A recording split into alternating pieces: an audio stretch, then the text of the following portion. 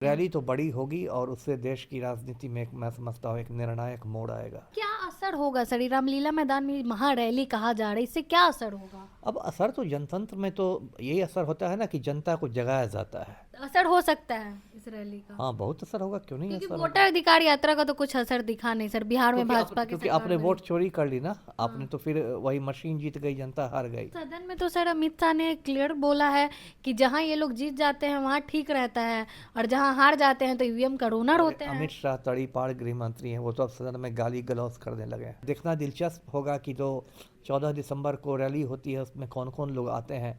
मुझे लगता है तेजस्वी भी एक बड़े वक्ता के रूप में वहाँ होंगे और वो बिहार के बारे में बताएंगे। और राहुल गांधी तो कर रहेंगे ही रहेंगे। ममता बनर्जी भी हो सकता है आ जाए। आजकल जो चुनाव आयोग है उसने वोट चोरी का एक बड़ा हथियार बना लिया है SIR को, यानी स्पेशल इंटेंसिव रिवीजन, जिसको हिंदी में कहते हैं विशेष गहन पुनरीक्षण। दिल्ली के रामलीला मैदान में कांग्रेस की जो है एक बहुत बड़ी रैली होने जा रही है। इन्हीं सब मुद्दों पे बातचीत करने के लिए पूर्व आईपीएस अमिताभ दास सर है। सर बहुत बहुत स्वागत है जी आपका। बहुत धन्यवाद आपका, थैंक यू। 14 तारीख को कौन सी रैली हो रही है सर? देखिए 14 दिसंबर को दिल्ली के रामलीला मैदान में कांग्रेस की एक बड़ी रैली होने वाली है वोट चोरी के मुद्दे पर। पहले ही देखिए राहुल गांधी ने नारा दिया है वोट चोर गद्दी छोड़, जो कि नारा पूरे देश में गूंज रहा है। देखिए ये जो वोट चोरी का मुद्दा है पिछले 1-2 साल में एक बहुत आप कह सकती हैं गर्म मुद्दा हो गया है। और अभी तो बिहार चुनाव के भी नतीजे आए 14 नवंबर को, तो उस पर भी बहुत सारे सवाल उठने लगे।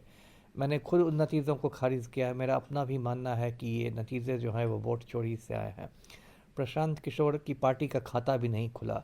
उन्होंने कहा कि कुछ अदृश्य शक्तियों ने काम किया है। फिर जो तेजस्वी यादव ने अभी कपिल सिब्बल को इंटरव्यू दिया, उसमें उन्होंने कहा कि जनता बदलाव चाहती थी लेकिन ईवीएम बदलाव नहीं चाहता था। तेजस्वी ने भी कहा कि ये मशीन की जीत हो गई, जनता की हार हो गई। तो वोट चोरी एक बड़ा मुद्दा हो गया। इसके लिए बहुत हद तक चुनाव आयोग जिम्मेदार है। चुनाव आयोग की विश्वसनीयता अब बहुत मतलब समाप्ति की ओर है। तो क्या असर होगा सर? ये रामलीला मैदान में महा रैली कहा जा रहा है, इससे क्या असर होगा? अब असर तो जनतंत्र में तो यही असर होता है ना कि जनता को जगाया जाता है ना। एक तरह से गोल बंद किया जाएगा। अभी देखिए बिहार के चुनाव तो हो गए, 4 महीने बाद बंगाल के चुनाव हैं। आजकल जो चुनाव आयोग है उसने वोट चोरी का एक बड़ा हथियार बना लिया है SIR को, यानी स्पेशल इंटेंसिव रिवीजन, जिसको हिंदी में कहते हैं विशेष गहन पुनरीक्षण। और बिहार में भी जून से जुलाई महीने तक ये SIR अभियान चला। इसको लेकर सुप्रीम कोर्ट में चुनौती भी दी गई, लेकिन सुप्रीम कोर्ट ने कोई फैसला नहीं दिया स्पष्ट। तारीख पर तारीख मिलती गई।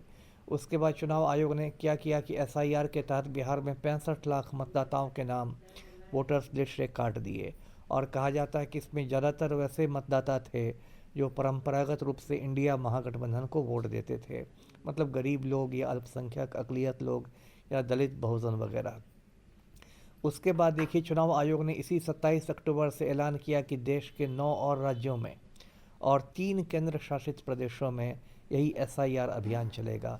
मतलब मध्य प्रदेश में, यूपी में, छत्तीसगढ़ में, राजस्थान में, बंगाल में, केरल में।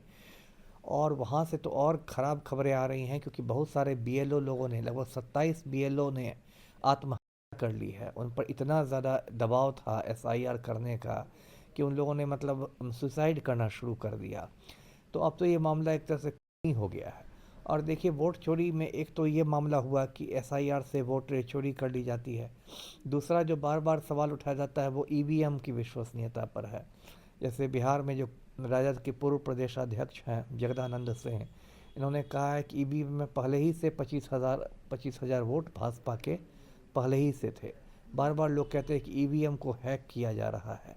मतलब जो साइबर अपराध होता है, साइबर वाले मामले जानते होंगे, किस तरह किसी कंप्यूटर को हैक किया, किसी मशीन को हैक किया जा सकता लेकिन है। सदन में तो सर अमित शाह ने क्लियर बोला है कि जहां ये लोग जीत जाते हैं वहां ठीक रहता है, और जहां हार जाते हैं तो ईवीएम का ओनर अरे होते अमित हैं। शाह तड़ीपार गृह मंत्री हैं, वो तो अब सदन में गाली गलौज करने लगे हैं, है ना। उनकी बात पर क्या हम लोग बोले, है ना।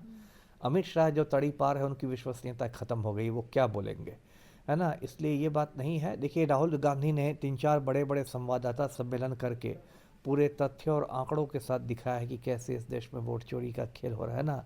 महाराष्ट्र में कैसे वोट चोरी हुई, कर्नाटक में कैसे चोरी हुई, हरियाणा में कैसे चोरी हुई। हरियाणा में तो राहुल गांधी ने दिखाया कि ब्राज़ील की एक मॉडल, बताइए ब्राज़ील सात समंदर पार का देश है, दक्षिण अमेरिका का देश है। ब्राज़ील की एक मॉडल ने हरियाणा में 22 बार वोट दे दिए, और इतना सब होने के बाद भी चुनाव आयोग का कोई मतलब स्पष्टीकरण नहीं आता है। जबकि राहुल गांधी कोई आम आदमी नहीं है, वो लोकसभा में विपक्ष के नेता हैं, एक संवैधानिक पद पर आसीन व्यक्ति हैं, और तथ्यों आंकड़ों के साथ आरोप लगा रहे हैं।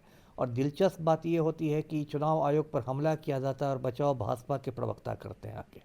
तो ऐसा लगता है कि जैसे भाजपा और चुनाव आयोग के बीच कोई मिली भगत हो, साठगांठ हो, चोर चोर मौसेरे भाई वाला मामला दिखाई देता है। लेकिन इस बात से कैसे इनकार कर सकते हैं सर, भाजपा तो कई राज्यों में हारी है। ठीक है, हारी है, लेकिन ऐसी ऐसी जगह पर वो जीत गई है जहाँ पर इसकी हार लगभग तय लग रही थी। हरियाणा में उसकी हार लगभग तय लग रही थी, पिछले चुनाव में मध्य प्रदेश में उनकी हार तय लग रही थी, राजस्थान में तय लग रही थी, यहाँ तक कि बिहार की जनता भी बदलाव के मूड में है।